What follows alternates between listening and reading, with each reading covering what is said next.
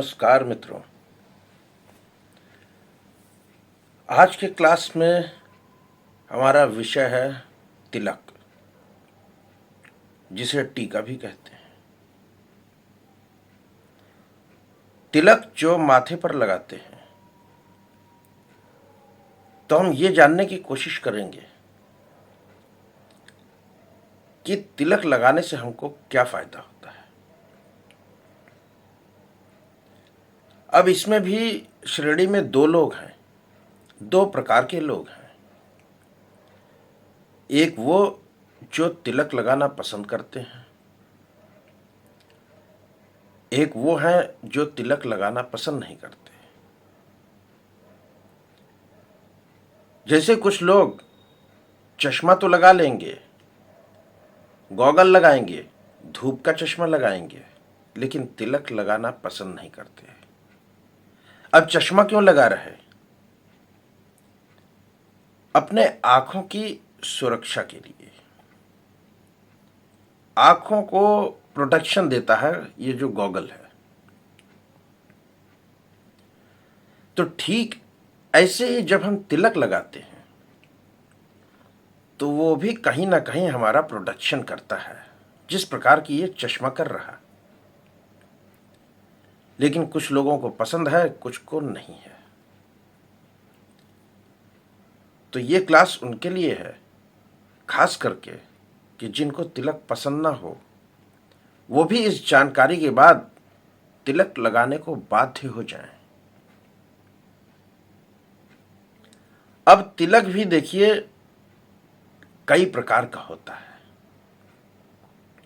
तरह तरह का होता है। कोई शैव तिलक है, कोई वैष्णव तिलक है। वैष्णव में भी कई प्रकार के तिलक हैं। कोई व्यक्ति गोल टीका लगा रहा, कोई क्षैतिज लगा रहा, यानी कि जमीन के समांतर पैरेलल तिलक लगा रहा,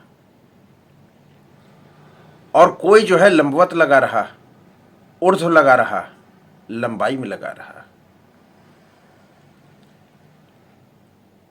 कोई व्यक्ति सारे के सारे माथे पे तिलक लगा रहा, कोई एक बिंदु लाकर छोड़ रहा, कोई त्रिपुंड लगा रहा। ये जो त्रिपुंड है, ये 3 उंगलियों की मदद से लगाया जाता है, जिसमें ये जो पहली उंगली है तर्जनी, इसकी मदद ली जाती है। दूसरी ये जो अनामिका है, अनामिका की मदद ली जाती है। और तीसरी लाइन मध्य की खींची जाती है अंगूठे से।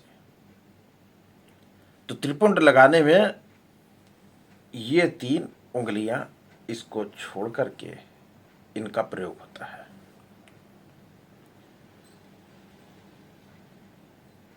तो त्रिपुंड लगा रहे, ऊर्ध्व तिलक लगा रहे, कोई गोल तिलक लगा रहा, कोई सारे माथे में लगा रहा, और कोई द्वादश तिलक लगा रहा, यानी कि सारे के सारे शरीर में तिलक लगा रहा।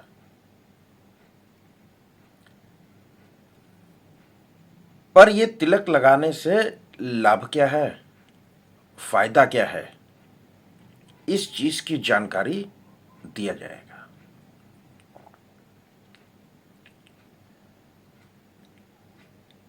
ये जो हमारी भ्रकुटी का स्थान है, दोनों आईब्रो के बीच में, यहां पर मुख्यतः तिलक लगाना चाहिए।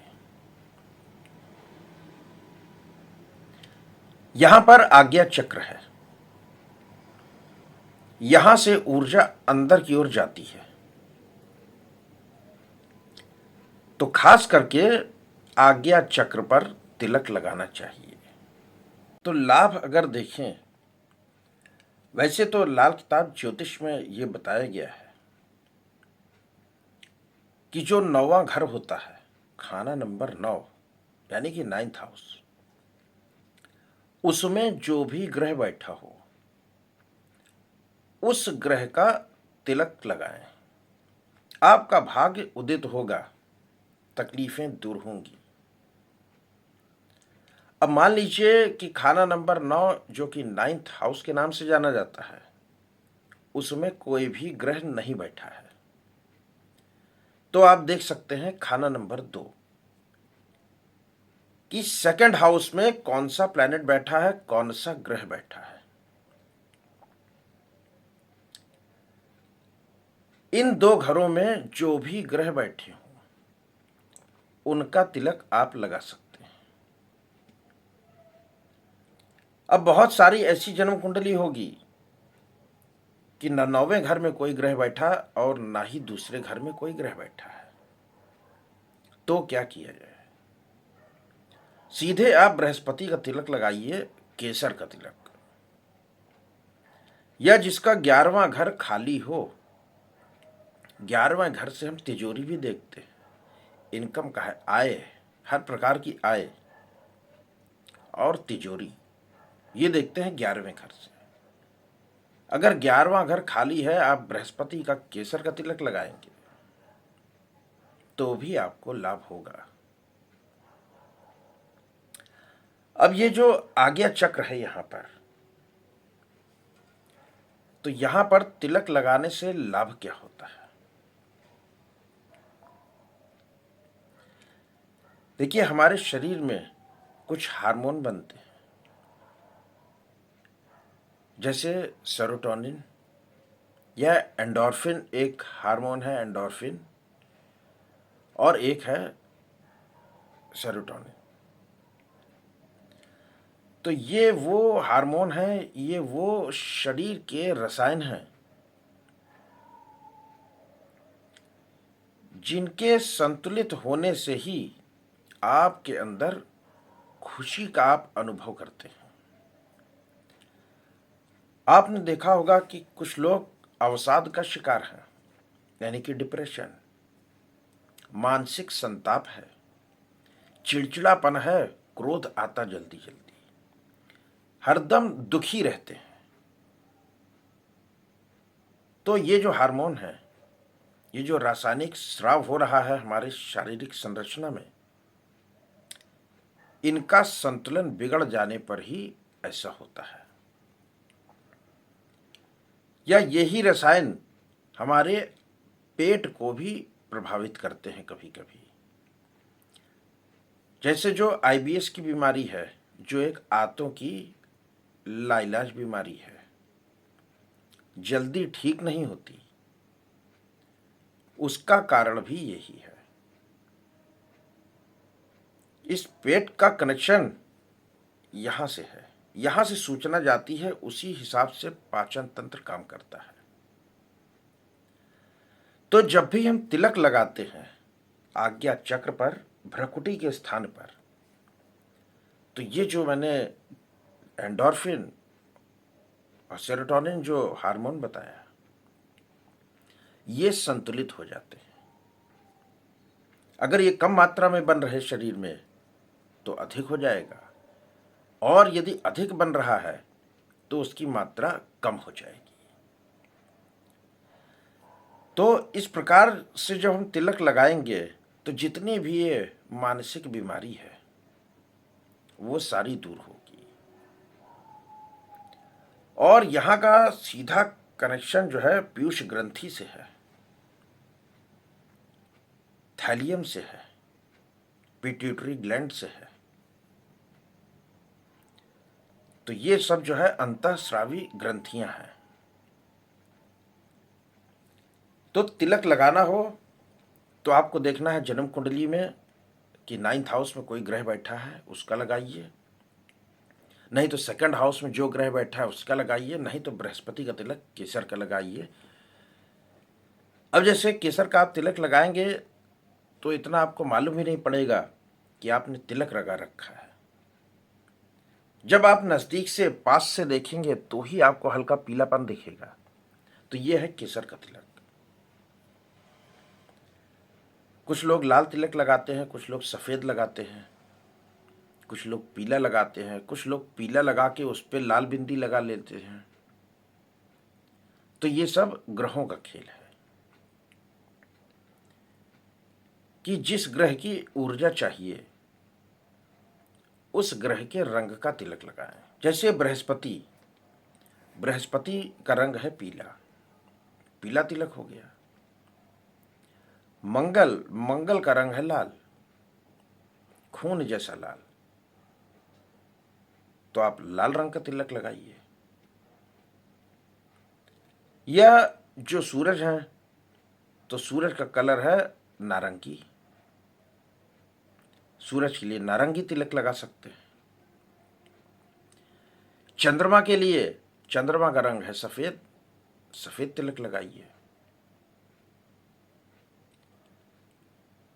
तो सफेद तिलक लगाएंगे ठंडक मिलेगी, लाल तिलक लगाएंगे गर्मी मिलेगी, बृहस्पति का तिलक लगाएंगे किस्मत जागेगी। ऐसे जो अन्य ग्रह हैं कि जैसे शुक्र है तो शुक्र का रंग भी सफेद होता है, ऑफ वाइट। शनि, शनि का रंग है काला। आपने देखा होगा कुछ लोग काला तिलक भी लगाते हैं, खास करके तांत्रिक लोग। तो जिसको शनि की ऊर्जा चाहिए वो काला तिलक लगाएगा। राहु का रंग है नीला, नीला तिलक लगाएंगे, राहु की ऊर्जा मिलेगी। और केतु, केतु जो है बृहस्पति के इशारे पर चलता है, केतु बृहस्पति का चेला है। जब आप बृहस्पति का तिलक लगाएंगे केतु की एनर्जी अपने आप साथ आएगी। वैसे केतु का रंग स्लेटी होता है। तो जो भी ग्रह बैठा है आपके सेकंड हाउस में, नाइन्थ हाउस में, उसका तिलक लगाइए या फिर बृहस्पति का तिलक लगाइए। तो इससे आपकी किस्मत तो जागेगी ही, साथ ही साथ अगर कोई दुख, मानसिक संताप आदि से पीड़ित है व्यक्ति, वो दूर होगा। तो ये थी तिलक लगाने का जो साइंस है, तिलक लगाने की जो जानकारी थी। तो आशा करता हूं कि जो लोग तिलक नहीं लगाते हैं वो भी लगाना प्रारंभ कर देंगे। आप लगा के तो देखिए, कोई दुखी व्यक्ति है उसको आप तिलक लगवा कर देखिए। हाँ, ये जो शनि राहु हैं तो ये पाप ग्रह की श्रेणी में आते हैं, इनका तिलक न लगाइए।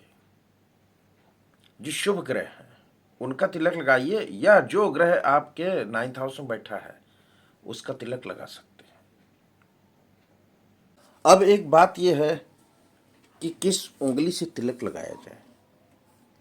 अलग अलग उंगली से तिलक लगाने का प्रभाव भी अलग अलग होता है। जैसे यदि आप अनामिका उंगली,